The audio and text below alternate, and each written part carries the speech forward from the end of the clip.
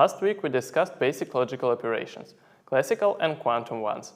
We learned that they have something in common, but in the other aspects they are different. It can be explained easily.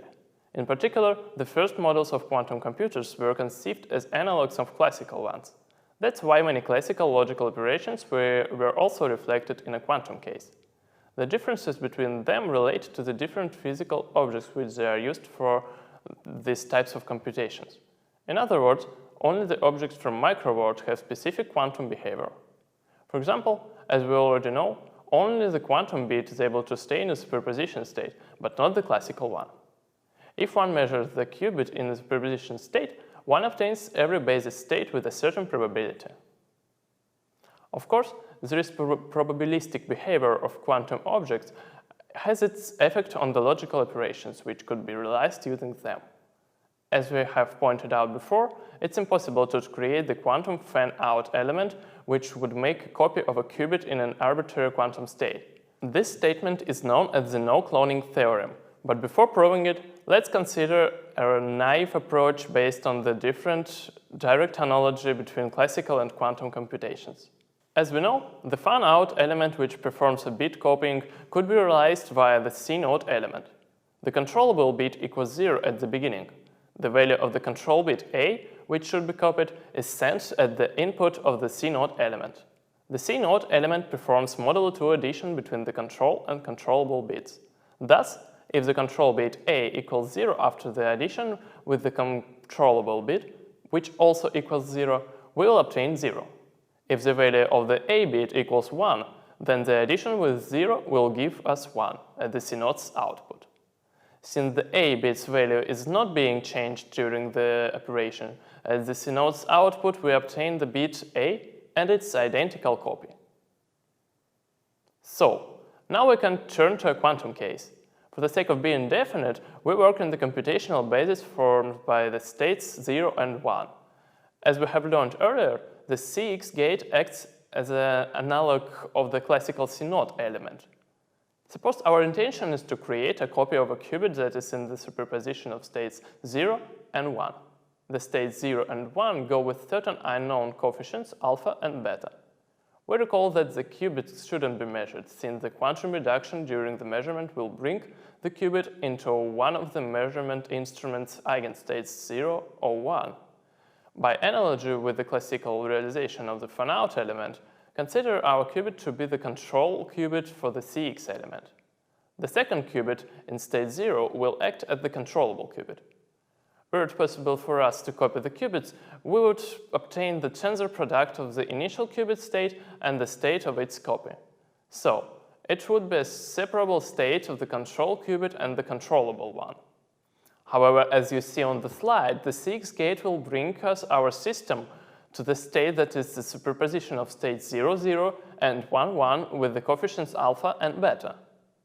It is an entangled state of two qubits, and thus the Cx operation doesn't lead us to the desired result, and it turns out impossible to copy the state of a certain qubit to another qubit. We know that it is nevertheless possible to prepare a copy of a qubit that is in the state we know.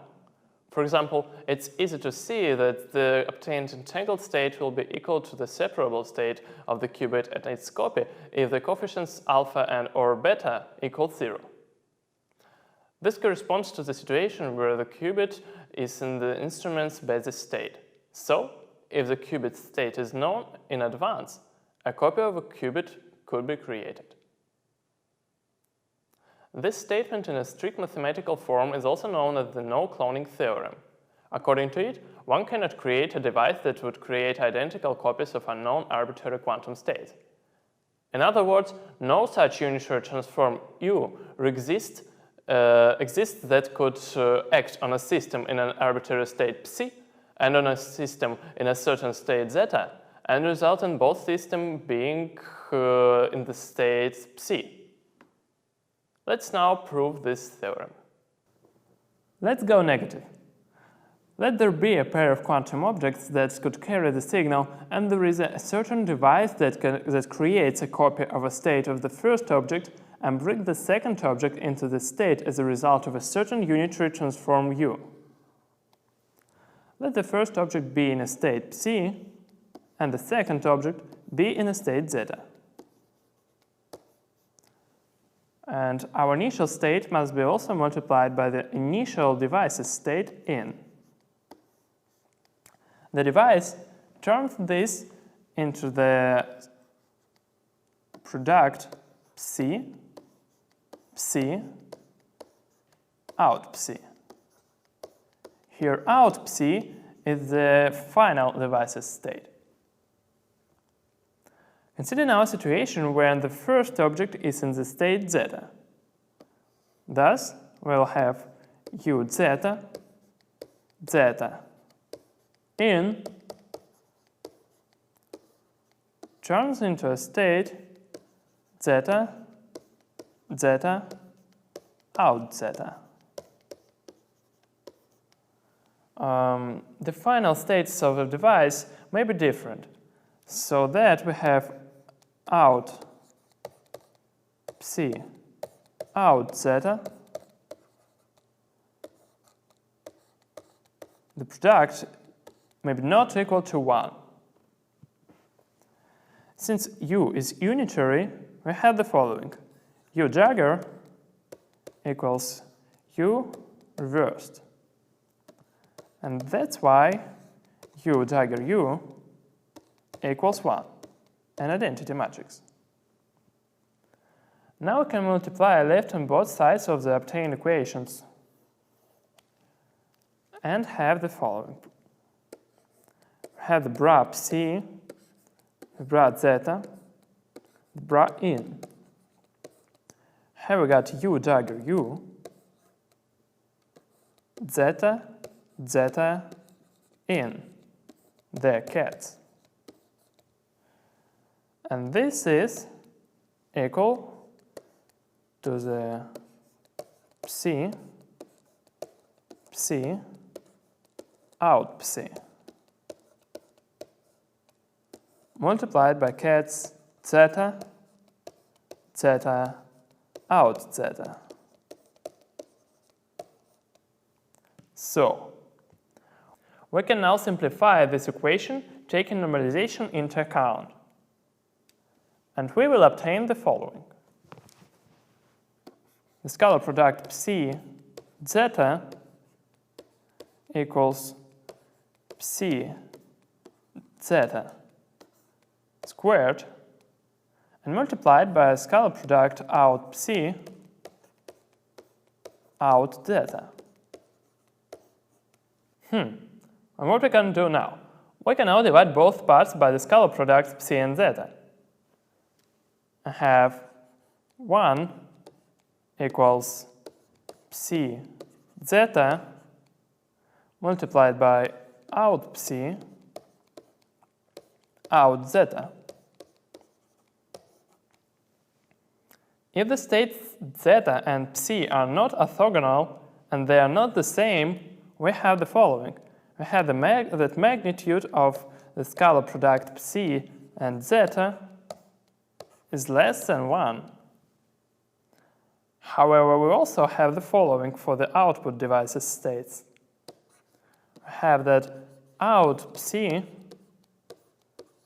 out zeta is less than or equal to 1. And we can combine these two. We won't obtain this. That's why the condition cannot be obeyed.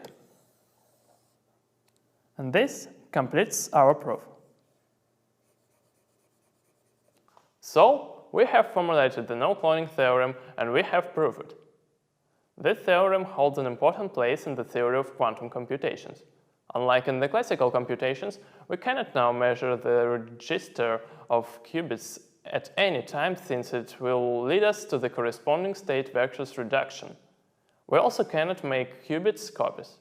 So, in quantum computations we should perform all the logical operations we need for a certain algorithm at first, and only then perform the measurement of a physical system. Note also that despite the no cloning theorem places restrictions on certain logical operations, it also had a plus side. This theorem prohibits the copying of a qubit, and it turns out to be crucial for the information security. It plays the main role in all protocols of quantum cryptography. We won't consider the quantum cryptography, since it goes beyond the scope of our course. However, you can find the links to the literature list on this topic in the lesson materials. Next time, we'll consider the superdense coding protocol. It allows one to transfer two classical bits of information performing logical operations on the qubit that is entangled with another qubit. It is often said that in this way, two classical bits are being transferred via only one qubit. And that's all for now. Thank you for your attention.